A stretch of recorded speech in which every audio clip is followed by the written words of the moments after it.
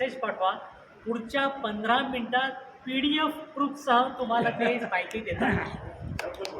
शब्दकोश किंवा एन्सायक्लोपीडिया असं म्हणू शकतो आपण त्याला. महत्त्वाचं म्हणजे ते हल्लीच इंग्लंडला जाऊन आलेले आहेत आणि इंग्लंडचा अनुभव त्यांनी आपल्या इथं सांगितलेला आहे. त्याचा दुसरा भाग अजून अवेटेड आहे, तो तुम्ही केव्हा करता सांगा. मंडळी, या आठवड्यात आपल्याला फार छान आनंदाच्या बातम्या मिळालेल्या आहेत. एक, माधुरी शानभाग त्यांचा विश्व मंगल सभेतर्फे परवा सत्कार करण्यात आला. श्री उदय लवाटे आपले स्टॅम्प संग्राहक, त्यांना वाङ्मय चर्चा मंडळाचा विशेष पुरस्कार. त्याचबरोबर नंदन हेर्लेकर यांच्या वाद्ये नाना परी या पुस्तकाला पुरस्कार. त्या पुस्तकाचा परिचय मी करून दिला होता म्हणून कदाचित पुरस्कार मिळाला असेल, मला माहिती. विद्यार्थी त्याची उपस्थित होत्या. आणि सर्वात महत्त्वाची गोष्ट, परवा पुण्याला जाऊन त्यांनी आपला पुरस्कार घेतलेला आहे, ते म्हणजे श्री जगदीश कुंटे. त्यांनाही या सर्वांचं आपण अभिनंदन करूया. आणि मी अश्वथजींना विनंती करतो की your time starts now. Thank you.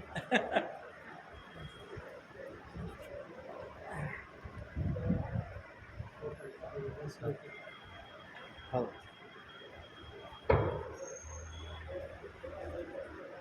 सर्व रसिक प्रेक्षकांचं मी पुन्हा एकदा स्वागत करतो. आणि त्याचबरोबर मला दिलेली वेळ मी स्वीकारतो. त्यामुळे वेळेचं बंधन पाळण्याचाही नियम स्वीकारेन मी. आजच्या या कार्यक्रमात बोलताना मला स्वतःला आनंद होईल आणि तो विषय तसा निवडलेला आहे. पण तत्पूर्वी ज्या काही विजेत्यांचा उल्लेख काकडे सरांनी केला, त्या सर्व विजेत्यांचं माझ्याकडून अभिनंदन. असंच प्रगती होतं. आजच्या विषयाविषयी बोलताना जर बोलायचं झालं तर त्याबद्दल कित्येक सेशन्स करावे लागतील असा तो विषय. आणि जे काही माझ्याबद्दल नेहमी बोललं जातं ते खास करून माझे मित्र म्हणतात की कायम कठीण विषय हा निवडतो. त्यामुळे आता ते कठीण विषय सोपं करून सांगण्यासाठी माहिती आठवड्याची जी काही कसरत होती ती आज आता तुम्हाला थोडक्यात सांगू इच्छितो. विषय जरी मोठा असला तरी तो सोपा आणि साध्या शब्दात सांगायचा मी पुरेपूर प्रयत्न करेन. आणि जे काही या माहिती किंवा नवीन जे काही तुम्हाला कळेल त्यावरूनच लक्षात येईल की किती साहित्याविषयी आणि संस्कृतीविषयी आपलं ज्ञान अजून किती सीमित आहे आणि अजून केवढं काही ठेवलेलं आहे जे आपल्याला समजून घेता येईल. ज्या काही प्रेक्षकांना किंवा नायक बसून जमलेल्या लोकांना चित्रपटांची आवड आहे, हॉलिवूड चित्रपटांची आवड खास करून, त्यांना एक चित्रपटाचं नाव लक्षात येईल, द फ्रेंच कनेक्शन नावाचं. द फ्रेंच कनेक्शन नावाचं. जीन हॅकमन आणि जीन हॅकमन त्यात प्रामुख्याने त्या भूमिकेत होते. विलियम फ्रँकिनचा तो सिनेमा होता. पण आजचा जो कार्यक्रम आहे तो भारताचं फ्रेंच कनेक्शन आहे. की भारतीय संस्कृतीत किंवा भारतीय एकंदर इतिहासामध्ये फ्रेंच लोकांचं काय योगदान आहे त्याच्याबद्दल मी तुम्हाला सांगू इच्छितो. माहितीपत्रात तुम्हाला कळलं की सप्रेम या लेखकाविषयी मी बोलतोय आणि त्या लेखकाचा सबंध परिचय तुम्हाला थोडक्यात करून देऊ इच्छितो. पण सप्रेम नाव आणि फ्रेंच लेखक आणि बोळाबोळापान चेहरा आणि भारतात राहील हे नेमकं शहर घडलं कसं, त्याच्या मागे खूप मोठी थरार नाट्य आहे असं मी म्हणेन. आणि जेव्हा पहिल्यांदा मी वाचलं तेव्हा कळेना की इतकं काही एका माणसाच्या आयुष्यात घडू शकतं. हे सगळं जाणून घेण्यासाठी आम्हाला एक शतक आधी जावं लागेल. 1923 साली बर्नार्ड एजिंगर हे खरं नाव त्यांचं. त्यांचा जन्म फ्रान्सच्या उत्तर तटावरील ब्रिटनिया प्रांतात झाला. अत्यंत श्रीमंत असं घराणं. ब्रिटनी म्हणजे एकदम निसर्गरम्य प्रांत फ्रान्समधला, पॅरिसच्या अगदी उत्तरेच्या बाजूला असलेला, इंग्लिशची खाडी, समुद्र किनारा. आणि बर्नार्ड एजिंगर यांच्या कुटुंबियांचं घर हे समुद्र किनाऱ्यावरतीच होतं. भूप्रचंड जमीन आणि त्या समुद्रामध्ये हा एकुलता एक मुलगा एजिंगर घराण्याचा लाडका मुलगा दररोज होड्यांमधनं ये जा करत असे मच्छीमारांबरोबर. पण जसा तो मोठा होत गेला आणि त्याला शाळेत दाखल करण्यात आलं, तिथं त्याने पहिला विद्रोह समोर आणला. खरं ते खूप मोठे विद्रोही होते त्यांच्या आयुष्यात. जिथं जिथं ते गेले तिथं त्यांनी नुसतं बंडखोरीच करण्याचं काम केलेलं दिसतं. आणि ते होतं एका कॅथलिक बोर्डिंग स्कूलमध्ये त्यांना टाकण्यात आलं होतं आणि त्या चर्चची भिंत त्यांनी फोडलेली होती. इतकं त्यांच्या आत ते भरलेलं होतं. म्हणजे ते कुठून आलं काय आलं याबद्दल जाऊ. वस्तुस्थिती अशी असते की माणसानं आपलं आयुष्य स्वीकारावं लागतं, पण आयुष्यात असे अनेक अपघात घडतात ज्याच्यामुळे लेखक तयार होत जातात. लेखकाची निर्मिती ही जरी नैसर्गिकरित्या असली किंवा जन्मतः तो जन्माला आला तरी त्या लेखकाचं लेखकत्व तयार होण्यासाठी काही अपघात घडत जातात. आणि तो पहिला अपघात घडला 1929च्या आसपास, ज्यावेळेला युरोपमध्ये जागतिक विश्वयुद्धाची उकाळ झाली. त्या काळात सगळ्यांना सैन्यामध्ये सामील होणं कंपल्सरी होतं. म्हणून बर्नार्ड एजिंगर हा 20 वर्षांचा मुलगा जो सैन्यात भरती झाला. फ्रान्सतर्फे जर्मन आणि इटालियन सैन्याच्या विरोधात तो लढत असताना एके दिवशी तो एका खेड्यात जाऊन पोचला आणि ज्या घरात त्याचं वास्तव्य होतं त्या त्याच्या सैनिकांनी त्याला फसवलं आणि हिटलरचे जे कोणी गुप्तहेर पोलीस होते, गेस्टापो ज्याला म्हणतो आपण, त्या गेस्टापोच्या अधिकाऱ्यांना जाऊन सांगितलं की हा शत्रू पक्षाचा एक सैनिक आहे.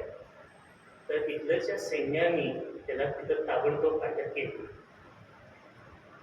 त्यांच्यावर खटला चालवण्यात आला. 21-22 वर्षाचा मुलगा, पण त्याच्यावर हिटलरच्या जे काही प्रशासन होतं त्याच्यावर त्यांनी खटला चालवला आणि सश्रम कारावासाची शिक्षा सुनावण्यात आली. म्हणजे ज्या कॉन्सन्ट्रेशन कॅम्पमध्ये 30 लाख जीव लोकांना ठार मारण्यात आलं होतं त्याच कॉन्सन्ट्रेशन कॅम्पमध्ये या तरुणाला कोंडून ठेवण्यात आलं. आणि तिथल्या कॉन्सन्ट्रेशन कॅम्पमध्ये दररोज लोकांना मेलेलं पाहून त्याच्या मनावरती गंभीर परिणाम सुरू झाले. तरुणपणी आस नेहमी असते की आपण विश्व बघावं, आपलं कौतुक व्हावं, आपलं यश जे काय असते त्याला लोकांनी डोक्यावरती घ्यावं. पण अशा मृत्यूच्या समोर जाऊन बेकारी सहन करणं हे काहीतरी वेगळंच त्यांच्या आयुष्यात गेलेलं होतं असं दिसते. पण कॉन्सन्ट्रेशन कॅम्पमध्ये राहत असतानाही त्यांनी कधी आपलं वाचन सोडलं नव्हतं. त्या काळात फ्रेंच 2 महत्त्वाचे लेखक, एक म्हणजे अँड्रे जिड आणि अँड्रे मार्ग्राव, या दोघांबरोबर त्यांनी पत्रव्यवहार सुरू केला. त्या दोघांच्या कादंबऱ्या वाचायला घेतल्या. त्यात अँड्रे जिड आणि बर्नार्ड एजिंगर यांचा स्वभाव जरासा समान होता. म्हणजे दोघंही बंडखोरच होते त्या माध्यमातून. अँड्रे जिडनी त्यांना सांगितलं की जरासा तू हेच बंडखोरी सुरू ठेव, कारण आता काळ असा आलेला आहे की हळूहळू राष्ट्र सगळी तुटत जातील आणि आपल्याला आता स्वातंत्र्यासाठी झटपट करावी लागणार आहे. पण असते असे की तरुणपणी एक विचार, एक पुस्तक किंवा एक संघटना, एखादी जागा, या सगळ्याचा एक भर मनात असतो. पण हळूहळू तो भर ओसरायला लागतो.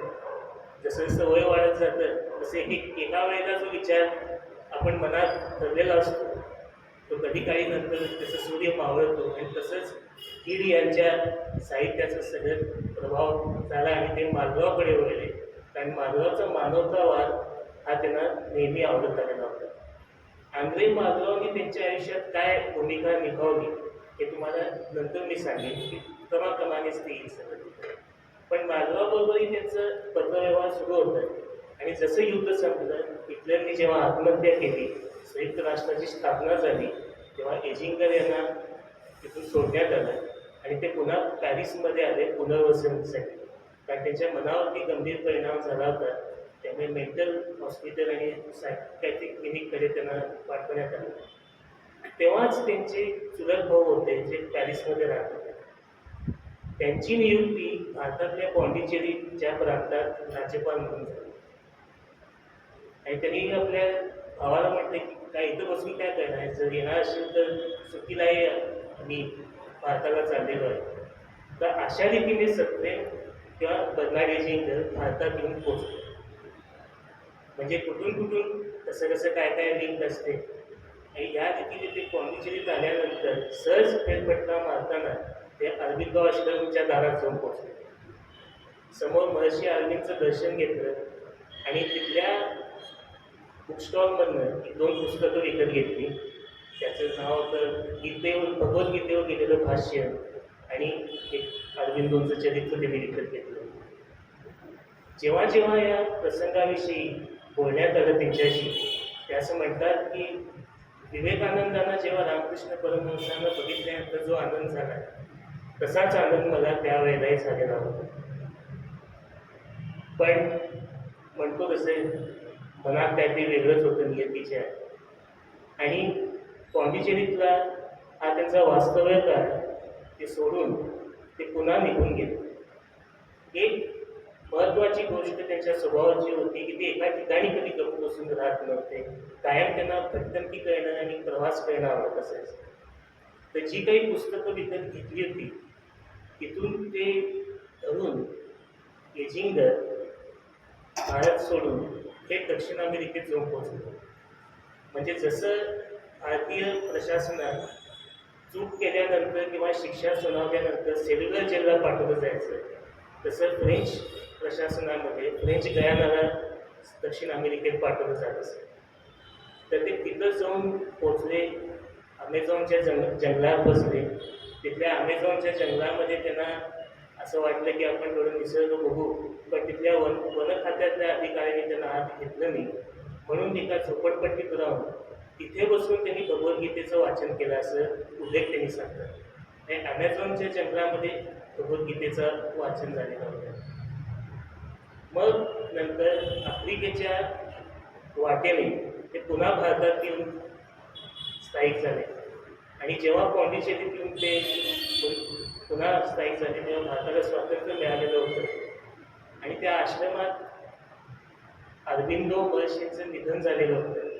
आणि मदर मीरा अल्फासा म्हणजे ज्या स्वतः फ्रेंच होत्या, नंतर भारतात येऊन अरविंदोंच्या आध्यात्मिक वारसदार झाल्या, ते त्यांच्याकडे येऊन पोहोचले. आणि मदर यांच्याशी बोलता बोलता फ्रेंच भाषिक असल्यामुळे फ्रेंचमध्ये बोलणं स्वाभाविक होतं. तर त्यांनी त्याला समजवलं की आता तू कुठे जास्त फिरू नकोस, एका ठिकाणी स्थिर राहा. तुझ्यावर जे काही उपचार करायचे असतील ते आम्ही इथेच या देशातच राहून करू. आणि सुरुवातीला ते मान्य नसतानाही त्यांनी स्वीकारलं. आणि त्या दिवशी त्यांनी सांगितलं की आता तुझं बारसं करूया आणि बर्नार्ड एजिंगर हे नाव काढून ते सत्प्रेम नाव काढलं. सत्प्रेम याचा अर्थ सत्याचा अवतार असलेलं प्रेम किंवा प्रीती अवस्था. पण हा त्यांच्या आयुष्यातला एक टर्निंग पॉईंट म्हणता येईल. कारण इथून पुढे त्यांचं आयुष्य पूर्णपणे बदलणार होतं. कारण शिष्यमंडळ जे होतं मदर यांचं, त्या सगळेजणांना त्या एक नावाने बोलत असतात. म्हणजे गमतीचा भाग म्हणून सांगतो की मदरचे शिष्यत्व स्वीकारण्यामध्ये 2 बेळगावकर देखील होते. म्हणजे एक नाव सांगायचं झालं तर बाळकृष्ण आपटे जे राम आपटेंचे धाकटे बंधू, ते पॉंडिचेरी आश्रमला जाऊन शिष्यत्व व्यवस्थित राहिले आणि परत आलेले कसा उल्लेख आम्हाला सापडला.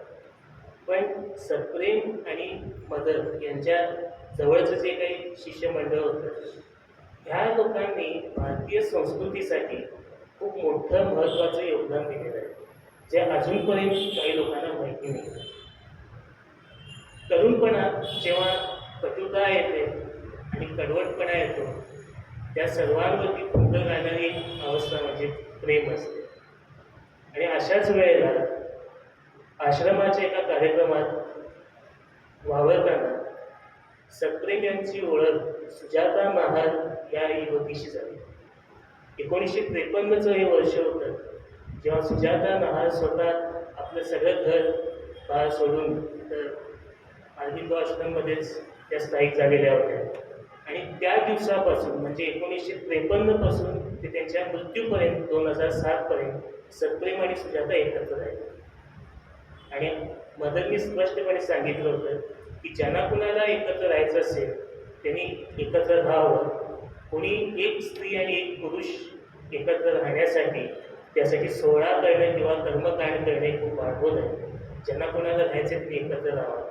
आणि असंच करता सुजाता आणि सप्रेम हे नाव कायम लोकांच्या ओळखीत राहिलेलं होतं. गमतीचा भाग असा की सुजाता सप्रेम यांच्याबरोबर ज्या तिसऱ्या शिष्य होत्या त्यांचं नाव होतं हुता नाव म्हणजे नाव होतं त्यांचं. सावित्री हिंदूच्या आहे त्यांचं खरं नाव.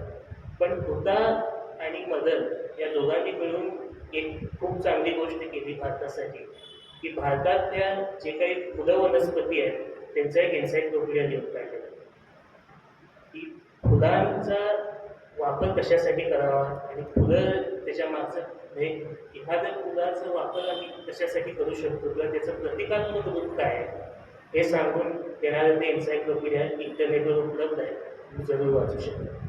त्याच्याबरोबर चंपकलाल नावाचे एक शिष्य होते जे त्यांचे पर्सनल अटेंडंट होते.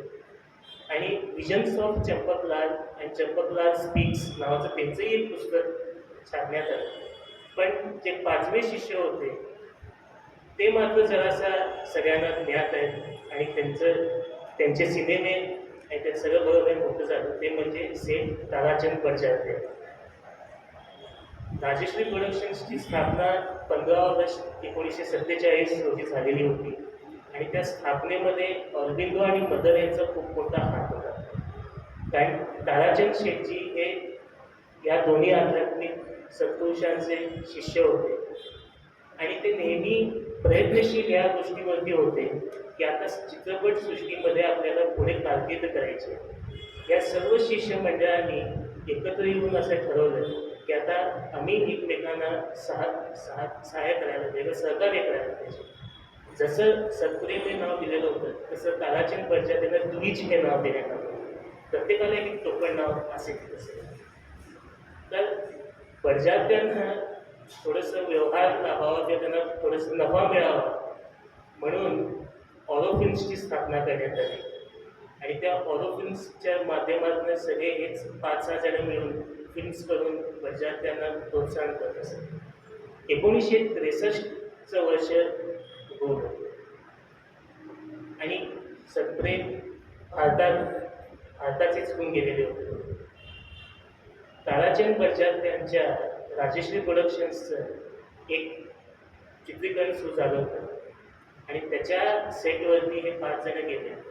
आणि तो राजश्री प्रोडक्शन्सचा पहिला सिनेमा चोकीत झाला. आणि मदरनं सांगण्यात आलं की तुम्ही ह्या कॅमेराचा म्हणजे जो ॲक्शन म्हटल्यानंतर पहिला कॅमेरा प्रोफाईल केला जातो तो कॅमेरा तुम्ही प्रोफाईल करा. आणि तो सिनेमा म्हणजे दोस्ती. आणि ह्या चित्रपटात काम केलेल्या लोकांवर मदरचे इतके आशीर्वाद होते की चित्रपटात काम करणाऱ्या सगळ्या लोकांना पुढे काम शोधण्याची गरज पडली. स्वतः लक्ष्मीकांत बेळगावनी 750 सिनेमे केले. त्यानंतर शंकर जयकिशनराव वगळून त्यांना फिल्मफेअर अवॉर्ड मिळाला त्यावर्षी. मजूर सुलतानपुरींनी 8500 गाणी लिहिली. काकडे सरांनी प्रोग्राम केला होता त्यांच्या लक्षात असेल. त्यानंतर संजय खान आणि स्वतः ताराचंद बडजात्यांचे कारकीर्द नेहमी होत राहिली होते. ते शेवटपर्यंत पॉंडिचेरीला येऊनच सिनेमे करायचे. पण जसं काळ जात होता पुढे 1965 ते 1969च्या काळात भारतात युद्धाची परिस्थिती निर्माण झाली. पाकिस्तान आणि भारत या दोन्ही देशांमध्ये 4 युद्ध झाले. ताशकंदचा करार झाला, शास्त्रीजींचं निधन झालं. आणि अशा अवस्थेत एके दिवशी सप्रेमने बघितलं की अरविंदो आश्रममध्ये भारताच्या तत्कालीन पंतप्रधान श्रीमती इंदिरा गांधी येत असं दिसत. आणि युद्ध सदृश्य परिस्थिती असताना मदरनी जे काही बोलतो तेच शब्दात मी तुम्हाला सांगतो. काही वर्षात पाकिस्तान अदृश्य करण्याची जबाबदारी तुमच्यावरती आहे सांगितलं. आणि ती चाहूल जी होती ती होती बांगलादेश युद्धाची. पाकिस्तानी प्रशासनाने बांगलादेशवरती भरपूर अत्याचार केलेले होते. हे तत्कालीन ईस्ट पाकिस्तान ज्याला म्हणतो.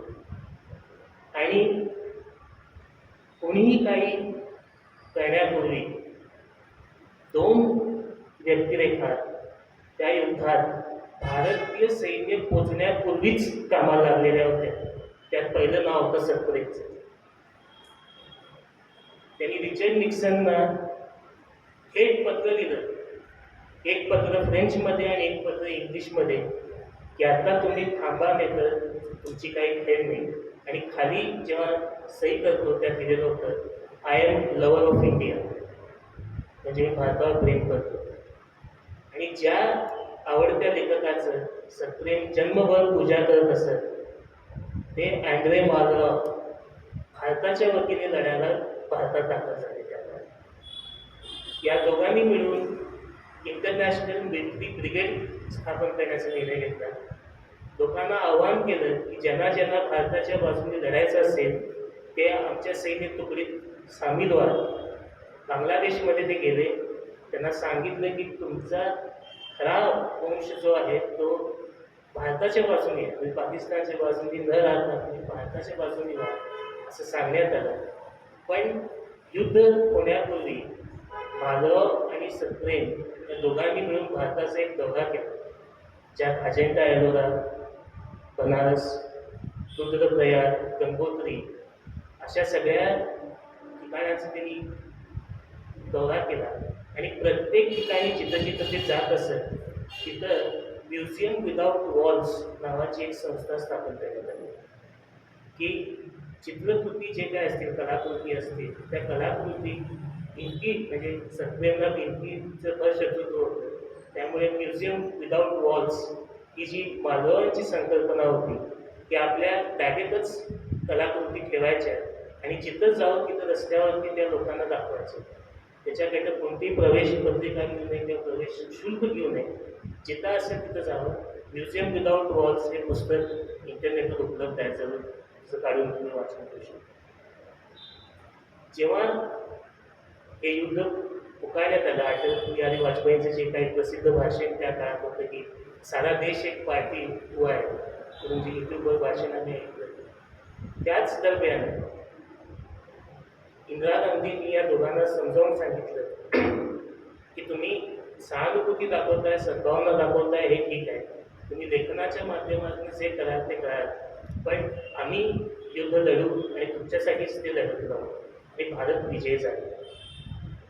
पण जसं या घडामोडींशी एक फ्रेंच कनेक्शन होतं, या घडामोडीशी एक बेळगाव कनेक्शन होतं. म्हणजे मागच्या वर्षी जेव्हा बांगलादेशमध्ये घडामोडी तयार व्हायला लागल्या तेव्हा ते कनेक्शन मला आठवलं की बांगलादेशचं युद्ध होणं, बांगलादेशची निर्मिती होणं, हे सगळे एका दिव्यात लागलेला प्रकाश होता. पण ती समयी जी होती ती पेटवली होती एका बेळगावकरांनी. 1971 म्हणजे त्या दरम्यान जे काय आहे त्यावेळेला याया खान यांच्या विरोधात कराचीच्या जंग आणि डॉन या 2 वृत्तपत्रांमध्ये एक शोधपत्रकाराने बांगलादेशमध्ये झालेल्या अत्याचाराचं एक रिपोर्ट छापलेला होता. आणि त्यात लिहिलेलं होतं, म्हणजे जे कोणी फ्रेंच साहित्य किंवा संस्कृतीचं अध्ययन करून त्यांना आठवेल, एमिल झोलाने काही वर्षांपूर्वी जाहीर पत्र दिलं होतं राष्ट्रपतींना, तशा समान हे पत्र होतं. आणि त्या पत्राचे लेखक होते अँथनी मास्करेनस, ज्यांचा जन्म बेळगाव झाला होता. आणि त्यांच्या त्या लेखामुळे बांगलादेशचं युद्ध पेटलं. म्हणजे बांगलादेशच्या निर्मितीमध्ये, बांगलादेशच्या स्वातंत्र्याचा पुरस्कार करण्यामध्ये सर्वात पहिल्यांदा हात एका बेळगावकरांचा. कॅम्प परिसरात त्यांचा जन्म झाला होता असं उल्लेख सापडतो. आणि बांगलादेश लेगसी इन ब्लड नावाचं जे पुस्तक, म्हणजे गाजलेलं पुस्तक आहे, 700-800 पानाचं, ते वाचण्यासारखं आहे. भविष्यात कोणी पुस्तक परिचय नक्की करू शकतं याच्यावर. जसं युद्ध मावळलं त्यावेळेला अँड्रे मार्ग्रॉफ यांना बनारस हिंदू विद्यापीठानं मानद डॉक्टरेट पदवी दिली. भारतीय सरकारने नेहरू शांती पुरस्कार दिला आणि ते पुन्हा निघून गेले. एकांतनंतर सप्रेम यांच्या आयुष्यातला वाईट काळ सुरू होतो. दिनांक नोव्हेंबर 17, 1973 रोजी ज्या गुरुजींनी म्हणजे गुरुमातेने त्यांना जन्म दिला होता पुन्हा एकदा, ते सप्रेम नाव दिलं होतं, त्यांचं दुःखद निधन त्या दिवशी झालं. आणि आता आपण जायचं कुठं हा प्रश्न पडलेला होता. जेव्हा अंत्यविधी आणि सगळ्या गोष्टी आटपल्या, त्यांना नेहमी एक सवय होती पॉंडिचेरीच्या समुद्र किनाऱ्यावर जाऊन बसण्याची.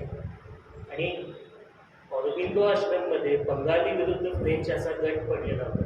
कारण अरबिंदो हे बंगालचे आणि मदर या फ्रेंचचे, म्हणजे बरेचसे फॉरेनर्स तिथं आलेले होते. तर फॉरेनर विरुद्ध भारतीय असा एक गट पडलेला होता. आणि सप्रेमनी ते जे काही लिहून काढलेलं होतं सगळं, ते लोकांसमोर येऊ नये म्हणून त्यांच्या जीवाला धोका होता असं सांगितलं जात असतं. तर समुद्र किनाऱ्यावरती मॉर्निंग वॉकला गेले असता एका बाकडावर बसले आणि अचानक 3 अनोळखी व्यक्ती त्यांच्या समोर आले. त्यांच्याकडनं त्यांचं ओळखपत्र, त्यांचे पैसे सगळे लंपास केले आणि गळा दाबून त्यांचा मारण्याचा प्रयत्न करण्यात आला. त्यांच्यावर जीव घेणा आत्मघाती हल्ला झाला होता त्या दिवशी. हा सगळा हल्ला माझ्यावर झाला असं ते स्वतःलाच त्यांनी भरपूर वेळा सांगितलं.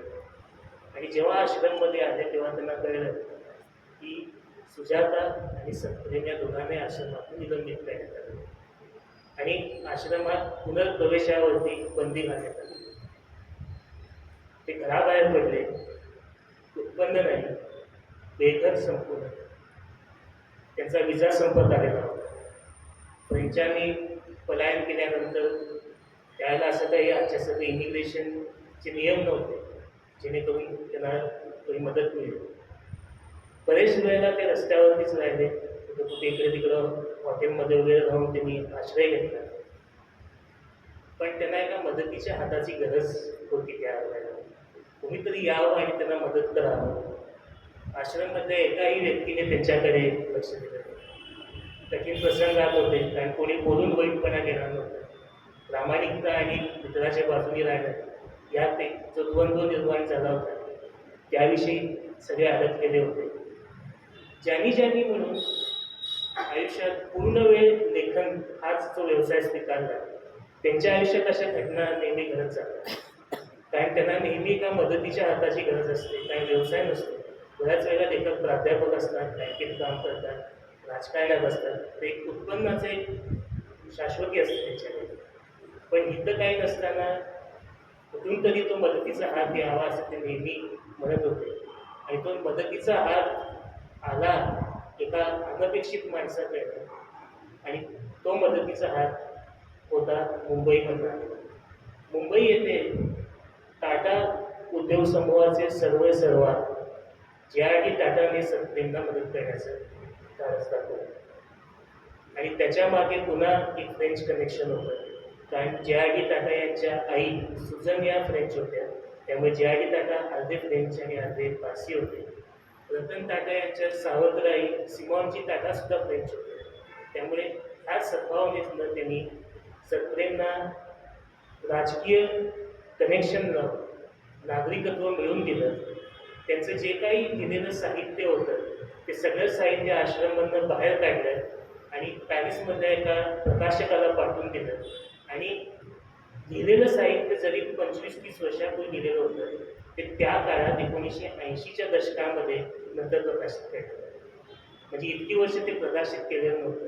जे.आर.डी. टाटाने पुढाकार घेऊन हे सगळं त्यावेळेला केलं. सप्रेम भारतीय नागरिक झाले, शासकीयरित्या भारतीय नागरिक झाले आणि ते जाऊन उटीमध्ये एका बंगल्यात राहू लागले. तिथंच त्यांचा शेवट झाला. 2007 त्यांचं निधन झालं. आता असं आयुष्य जगलेल्या माणसाचं साहित्य कसं असेल हे एक प्रश्नवाचक चिन्हच आहे. कारण आम्ही जे आयुष्य जगतो किंवा आपल्या साहित्यिक आवडीनिवडी असतात त्याच्यातूनच आमचं आयुष्य लोकांसमोर अप्रत्यक्षरित्या येत असतं. जर आपण इतिहासात डोकावून बघितलं, अरबिंदो आश्रमने अध्यात्मासाठी प्रसार केला असेल, लोकांना मनशांतीचं एक साधन उपलब्ध करून दिलेलं असलं तरी मी म्हणेन माझ्या वैयक्तिक अनुभवावरनं किंवा वाचनावरनं ती एक लेखकांची कार्यशाळा होती.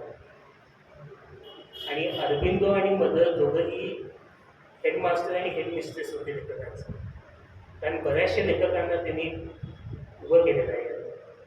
त्यांचे 4 शिष्य ज्यांना ज्ञानपीठ पुरस्कार मिळाला, 4 शिष्यांना ज्ञानपीठ पुरस्कार मिळाला. करा बेंद्रे, सुमित्रानंदन पंत, विक्रू गोपाल आणि रामधारी सिंग दिनकर या 4घांनाही ज्ञानपीठ पुरस्कार मिळाला. साधारणपणे 15 ते 20 लेखक ज्यांना साहित्य अकादमी पुरस्कार मिळाला. मराठी साहित्यात जर आपण नजर घातली तर सेनापती बापट, प्राध्यापक शिवाजीराव भोसले, त्यानंतर आत्ता ज्यांचं नाव घेतलं जात नाही ते प्राध्यापक के क्षीरसागर, त्या काळातले खूप मोठे समीक्षक, हे देखील महर्षी अरविंद यांचे शिष्य होते. प्रत्येकाने आपलं पहिलं पुस्तक अरविंदोकडनंच घेतलेलं असल्यामुळे साहित्यात त्यांची नेहमी उत्क्रांती चांगली होती. पण जर सत्रेंचं जर आपण साहित्याचा गाभा बघितला तर त्यांच्याविषयी जर आपण समजून घेतलं तर असं लक्षात येईल की त्या आश्रमाच्या लेखन कार्यामध्ये मी जी काही नावं घेतली त्यांच्यावर भारतीय प्रभाव होता आणि सत्रेंवर फ्रेंच प्रभाव जरा जास्त होता. फ्रेंच साहित्याचं जे ठळक वैशिष्ट्य आहे ते म्हणजे स्पष्ट वक्तेपणा, कायम सामाजिक भाष्य, जसं जहालवादी असलं, कायम कॉम्प्रोमाइज न करे प्रत्येक बाबतीत. आणि जे सर्वात महत्त्वाचं आहे की कादंबरी, नाटक, कथा, समीक्षा याच्या पलीकडे बखल संस्कृती त्यांच्यात जरा जास्त आहे. प्रत्येक फ्रेंच लेखकाचे नोटबुक्स पब्लिश झालेले ठिकाणी, त्यामुळे प्रत्येक लेखकाचं साहित्य 20-25 खंडातच, कमीत कमी 20-25 खंडात. कारण दिवसात मनाला जे येईल ते लोक लिहित राहतात. आणि अशाच वृत्तीने सत्रेंनी देखील 136 पुस्तकांचं लिखाण केलेलं आहे त्या विषयी. आणि ती पुस्तकं फ्रेंचमध्येच होती, इंग्लिशमध्ये 1-2-3 आणि असं त्यांचे साहित्य संपदा. सुरुवातीला जेव्हा लेखन करण्याची जबाबदारी त्यांच्यावर आली तेव्हा सर्वप्रथम त्यांनी मदरचा जो अजेंडा आहे म्हणजे माहितीपत्रात ज्याचा उल्लेख केलेला होता तो 13 खंडात लिहून काढला आणि 22 वर्ष ते तेच लिखाण करतो. आजच्या काळात एवढं संयम पाळणं खूप कठीण आहे लेखकांकडे. 22 महिने किंवा 22 दिवस देखील माझ्या वयातले लेखक राहत नाहीत प्रकाशन करण्याशिवाय, त्यांना कुठेतरी वाचा बोलत जाते. पण 22 वर्ष त्यांना दोघांना तेच कार्य देण्यात आलं की 1955 ते 73 या काळामध्ये तेच बसून लिखाण करत आहे. पण लेखकांच्या सहवासात राहिल्यावर असं लक्षात येतं की खऱ्या लेखकाचा जन्म हा वयाच्या 40व्या वर्षी होतो. तोपर्यंत लेखक तालीमच करत असतात, आपल्या पद्धतीने एक प्रकारचं प्रवास करत असतात की नेमकं माझ्या आयुष्याला काय साधन चांगलं आहे. वयाच्या 40व्या वर्षी सत्रेंनी पहिली कादंबरी लिहिली. त्याचं नाव फ्रेंचमध्ये लोपा लिओन असं नाव होतं, ज्याला मराठीत जर आपण भाषांतर केलं तर सोन्याची खाण शोधणारा माणूस असं. आणि त्यांच्या आत्मचरित्रावरतीच ती कादंबरी प्रकाशित झालेली होती. म्हणजे जसं ते फ्रान्समधनं बाहेर पडून कॉन्सन्ट्रेशन कॅम्पमध्ये गेले, कॉन्सन्ट्रेशन कॅम्पमधनं बाहेर पडून पुन्हा ब्राझीलमध्ये गेले, इजिप्तमध्ये गेले, त्या सगळ्या प्रवासात त्यांना काय सापडलं त्याच्यावरतीच ती कादंबरी होती. आणि त्या कादंबरीचा मूळ गाभा किंवा मूळ सारांश असा की कलेच्या माध्यमामध्ये कला ही विहीर आहे, ती दररोज खणावी लागते आणि मग पाणी प्यावं लागतं. जितकं तुम्ही खणत जाल तितकं सखोल होईल. पण मानवी स्वभावात किंवा आपल्या स्वतःच्या आयुष्यामध्ये एखादी अभिलाषा, इच्छा किंवा वासनांच्या प्रती जर जाऊन आपण जमीन खणायला लागलो किंवा एखादी चैनीची वस्तू शोधण्यासाठी जर जमीन खणायला लागलो तर तिथं मात्र नुकसानच होऊ शकतं. असं ते वर्णन होतं. दुसरी कादंबरी जी त्यांनी लिहिली त्याचं नाव रिवॉल्ट ऑफ द अर्थ, म्हणजे फ्रेंचमध्ये नाव वेगळं होतं, पृथ्वीचा विद्रोह असं म्हणता येईल. ज्या पृथ्वी माणसांवरती अत्याचार करायला लागते, की पृथ्वीला असह्य झालेलं एवढं मोठं ग्रह असून सुद्धा, इतकं चांगलं निसर्ग असून सुद्धा माणसाने पृथ्वीचा नाश केला ना, आता पृथ्वीने माणसावर सूड घेतलेला आहे त्यामध्ये. तर ती कादंबरी प्रकाशित करण्यात आली. तिसरी कादंबरी होती फ्लमिंगोज कन्फेशन नावाची कादंबरी, ज्या कादंबरीला वाचक खूप कमी आहे. काय त्या कादंबरी समजण्यामध्ये जरासा अवघड आहे असं समजलं जातं. आणि त्या कादंबरीत पिंजरा आणि पिंजऱ्याच्या बाहेरचं जग याच्याविषयी त्यांनी पुन्हा एक भाष्य केलेलं होतं. खरं तर त्यांच्या साहित्याविषयी बोलायला गेलं तर ते अध्यात्म जरा जास्त आहे आणि ते अशा शब्दामध्ये जरा मांडणं कठीण होत जातं. त्यामुळे मी सर्वांनाच विनंती करेन की तुम्ही जर कधी वेळ मिळाला किंवा असेल तर तुम्ही स्वतः जाऊन त्याचं वाचन करा. सगळी पुस्तकं अरविंदो आश्रमवर ऑनलाईन उपलब्ध आहे. आजच्या या कार्यक्रमाकरता थोडंसं तुम्हाला त्यांच्या साहित्याची चव मिळावी म्हणून मी काही त्यांच्या कवितांची फ्रेंच टू मराठी भाषांतरण केलेली आहे. तर ती तुमची अनुमती असेल तर मी नक्की ऐकून आणि त्याच सादरीकरणाने या कार्यक्रमाची आपण समाप्ती. थोडंसं अवघड आहे पण ठीक आहे.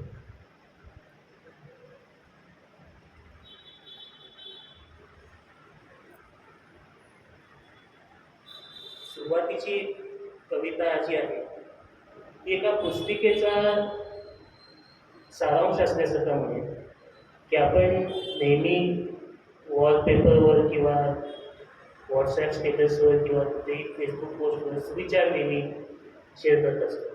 तर सुविचारांच्या माध्यमातून केलेला हा संवाद आहे आणि सत्प्रेम आणि त्यांचे आवडते लेखक आंद्रे माधव या दोघांमधला हा संवाद कसा होता त्या काळात की आपल्या प्रिय लेखकाबरोबर संवाद कसा साधायचा असतो त्याची ही एक थोडीशी आवृत्ती आहे.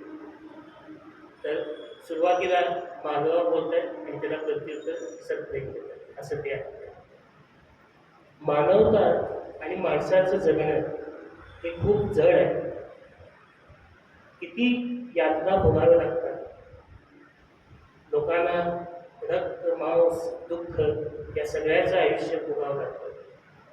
जी प्रत्येक गोष्ट जन्माला येते ती मरतेही तशीच, पण नेहमी या आयुष्याचं ओझं आमच्या शरीराला चिकटून राहिलेलं आहे. सत्प्रेमचं प्रत्युत्तर आहे. आमच्या मानव जातीवर न पुसल्या जाणाऱ्या वेदनेची आठवण नेहमी कोरली गेलेली. ते जगाचे पहिले आणि शेवटचे शब्द होते. वर्ष जेव्हा निघून जातात तेव्हा फक्त ते आम्हाला विसरण्यासाठी वेळ निघून दिलेली असते. ॲक्वेरियमच्या आत जगायचं असेल तर ॲक्वेरियमप्रमाणेच वागावं आणि ॲक्वेरियमच्या बाहेरचं जग जाणून घ्यायचं असेल तर माशाचा जन्म मागू नये. लक्षात घ्या, आम्ही प्रत्येक गोष्टीच्या शेवटी जाऊन पोचलेलो आहोत. सभ्यतेचा शेवट, प्रत्येक गोष्टीचा शेवट.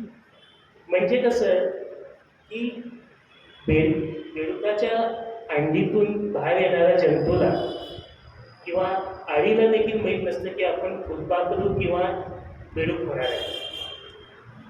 आणि तिला माहिती सुद्धा नाही. नशीब बरं आहे तिला माहिती देण्यात येतं की ते कधीच आधी शॉर्टकट मारत असतं. आपलं हे पार्थिव जे आहे किंवा मानव शरीर जे आहे ते दुसऱ्या माणसाच्या आयुष्यावर नेहमी काचेवर बसलेलं एक फुलपाखरूच आहे.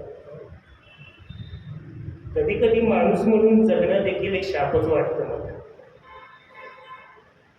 गुदमरून जाणं ही तर स्वतःला शोधण्याची पहिली पायरी आहे. अस्वस्थ वाटणं, गुदमरून जाणं, यातना स्वतः जर मूर्खपणाची असली ती तरी शारीरिक अवस्थेची किंवा मानसिक प्रतिमेची एक नोंद आहे. तिला शेवटपर्यंत समजून घेणं आवश्यक आहे. दुःखासमोर, भ्रष्टाचारासमोर आणि या जगातल्या लोकांसमोर कला, साहित्य आणि सगळं काही दुबळं आहे. रक्ताचा सडापाडा किंवा माणसाचं शरीर कापून त्याचं खर्च लोकांसमोर दाखवा, तरी लोकांना काही त्याचा फरक पडणार नाही. लेखकच बोलायला पाहिजे.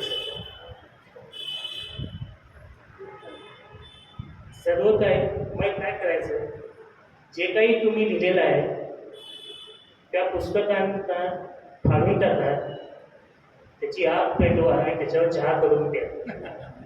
निदान ते तरी उपयोगाला येईल. माणूस म्हणून जगणं, माणूस म्हणून सुख आणि समृद्धी स्वीकारणं हे जरी एकीकडे असलं तरी कुठेतरी आमच्या सावलीत मृत्यू देखील आहे. काय करावं? शेवटी कबरच आमची असते, दुसरं काही नाही आहे या जगात. उद्या क्रांती होईल, देशाला स्वातंत्र्य मिळेल, देश बदलेल की न बदलेल माहिती नाही, शेवटी कबरच आपली आहे. त्याच्यावरतीच प्रेम करत राहिलं तर चांगलं होईल. सत्प्रेम आपल्या आवडत्या लेखकाला शेवटचा प्रश्न विचारतात. जसं मी मालगावविषयी थोडी एक गोष्ट सांगायचं राहून गेली की ते लेखक होते, राजकारणी होते. फ्रेंच राष्ट्रपती दगॉल यांच्या मंत्रिमंडळात परराष्ट्र मंत्री आणि संस्कृती मंत्री होते. आणि एक वर्दी होती ती, त्याच्याविषयी जरा बोलणं एक वेगळा प्रोग्राम ठेवावा लागेल. 94 वेळा नोबेल साहित्य नामांकन मिळून सुद्धा त्याला नोबेल मिळाले, असा लेखक अँद्रे मार्गाव. त्याला सत्प्रेम विचारतात, एवढं सगळं करून तुम्ही काय मिळवलं? काय उपयोग एवढ्या भटकण्याचा? इथून येऊन बांगलादेशसाठी लढण्याचा काय उपयोग आहे सगळं सगळ्या? माधव म्हणतात शष्प. कलेचंच काम हे नेहमी शष्पच आहे. कलेच्या माध्यमातून, साहित्याच्या माध्यमातून आम्ही काही मिळवत नसतो आणि काहीही न मिळवणं हेच चांगलं आहे. शेवटी माणूस कितीही मोठा असला, कार्ल मार्क्स असो किंवा अल्बर्ट आइन्स्टाईन, त्याला शेवटी भिंतच बघावी लागणार आहे. लेखकाने सुखसमृद्धी, पैसा आणि श्रीमंतीपेक्षा भिंतीशी आणि पुतळ्याशी दोस्ती करावी. भिंतीवरती तो चित्रपट बघायला मिळतो आणि पुतळ्याशी दोस्ती केल्यानंतर कळतं की तुमचं साहित्य किंवा तुमचं भाषण काय असताना लोक तुमच्याकडे लक्ष देत ती सवय व्हायला पाहिजे. असे संवाद होतात. दिनांक मार्च 1, 1977 रोजी अँद्रे मार्गावचं निधन झालं, दुःखद निधन झालं. नोबेल मिळाले त्याला. असं असताना सत्प्रेमनी एक वाक्य म्हटलं की मार्गावर जीवन पाहिजे होता, तो एकच होता जो मला समजून घेतला. ही एक म्हणजे सुविचारांच्या माध्यमातून केलेली एक कविता होती. त्याचबरोबर त्यांचे सुरुवातीचे जे लेखक होते, आवडते लेखक अँद्रेजी, यांनी त्यांना एक पत्र पाठवलं होतं. त्याचा एक थोडासा सारांश आपण सांगितलं. प्रिय बर्नार्ड, तुमच्या पत्राने मला इजिप्तमध्ये तुम्हाला भेटता न आल्याची तीव्र खंत जाणून दिलेली आहे. तुमच्या पत्राच्या स्वरात हे जाणवतं की तुम्ही मनापासून भावविवश झालेला आहात. पण मी केवळ सहानुभूतीने उत्तर देऊ शकतो. तुमचं वाक्य, तुमचं वागणं हे सगळं मनाला भेटतं, पण तुम्ही जिथं जाता तिथं तुम्हाला कधी सहानुभूती मिळत नाही. तुम्ही कदाचित तुम्हाला माझ्या जर्नलमध्ये च्या अलीकडच्या पानामध्ये अस्वस्थतेचा एक प्रतिध्वनी तुम्हाला दिसेल. त्या अस्वस्थता वाटून घेतल्या जात आहे हे जाणणे खूप मोठी गोष्ट आहे. मला वाटतं की तुम्ही भरपूर लिखाण करावं, परंतु जर जग वाचवायचं असेल तर तुम्हाला बंडखोरी करावी लागेल. जग वाचवले जाईल, जर वाचवले जाऊ शकत नसेल तर ते पुन्हा बंडखोरांमुळेच वाचवलं जाईल असं त्यांचं म्हणणं. त्याचबरोबर सत्प्रेमनी 1987 70च्या दशकामध्ये ऋग्वेदावर एक भाष्य लिहून काढलं होतं. त्या ऋग्वेदाच्या भाष्याच्या सुरुवातीला त्यांनी पॅरेग्राफ केलेला होता. तो पॅरेग्राफ वाचून दाखवतो. आदम आणि ईव यांच्यापासून गौतम बुद्धापासून ते अनेक महापुरुषांपासून आम्हा सर्वांना ज्ञानवृक्षाखाली फळ खाण्याची सवय लागलेली आहे. कधी कधी आम्ही आयत्या अवस्थेतच फळ खात आलेलो आहोत. अभ्यासाचा कधी आम्हाला मोह पडला नाही. या मार्गावर अर्धवट उपायांना किंवा पश्चातापाला जागा नाही. कारण जर आपण खोट्या अवस्थेत किंवा खोट्या जाणीवेने जमिनीवर नाक घासून पडून राहिलो तर आपण मानव म्हणून जगणं खूप अशक्य आहोत असं दिसतं. खरं तर हा प्रश्न आहे की वेद, उपनिषद आणि साहित्याचं अध्ययन करून तुम्हाला पृथ्वीला अधिक दिव्य प्रतिमेत बघायचं आहे की पृथ्वीपासून पळ काढून स्वर्गात जायचं आहे. किंवा तिसरा उपाय, पृथ्वी आणि स्वर्ग यांना एक बनवायचं आहे. हे तुम्ही ठरवा.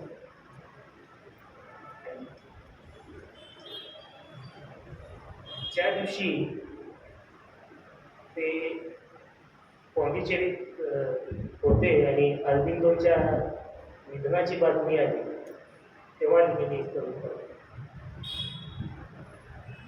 माझ्या समोर रस्त्यावरून चालणारे वारकरी मित्रांनो, या छोट्याशा ग्रहावरच्या महामार्गावर तुम्ही चालत आहात. इतकी घाई कशाला आहे? इतकी घाई का? भविष्याकडे जाण्याची, जे आधीच घडून गेलेलं आहे.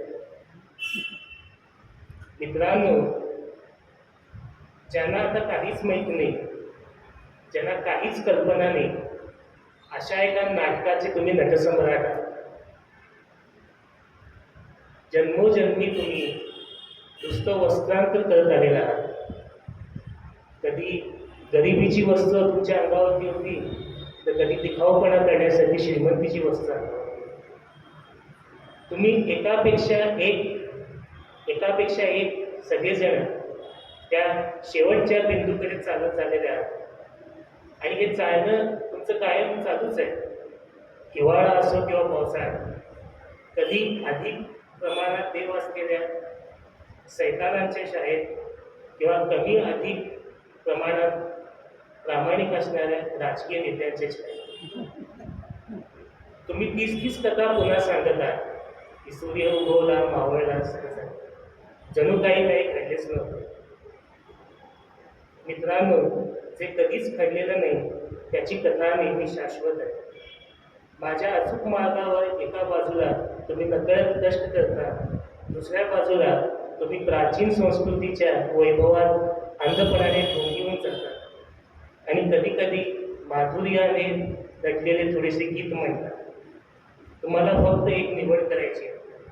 हजारो वर्षांच्या या सभ्यतेत जिथं कुठे तुम्ही जाल तिथं तुम्ही गुलाम किंवा राजा किंवा निद्रानाश किंवा निद्राचारी, कुंभकर्ण किंवा भीमसेन, काहीही व्हा. आयुष्यात दुसरा कोणताही टप्पा नाही. आयुष्यात एकच टप्पा असतो. दुसऱ्या टप्प्याला दुसरा पर्याय नाही. पण युगायुगांपासून चालत आलेली हीच एक कहाणी आहे. लोकांची वस्त्र तेवढी बदलतात, कदाचित थोडेसे चेहरे बदलतात. समुद्र किनाऱ्यावर आकाशाचा रंग बदलतो. कधी कधी दुःख नाहीसं होतं, सुखाचं एक छोटंसं मृगजळ दिसून येतं. आणि जेव्हा जेव्हा तो रस्त्यावरचा लहान मुलगा विटीदांडू खेळत असतो त्याला हेच लक्षात येतं की माणसं एकमेकांना ओळखतात. आणि शेवटची गोष्ट म्हणजे उपलब्ध क्लबमध्ये वाचनाविषयी कविता वाचायला सांगली. त्यामुळे सप्रेम यांचं वाचनाविषयी काय मत आहे? आपण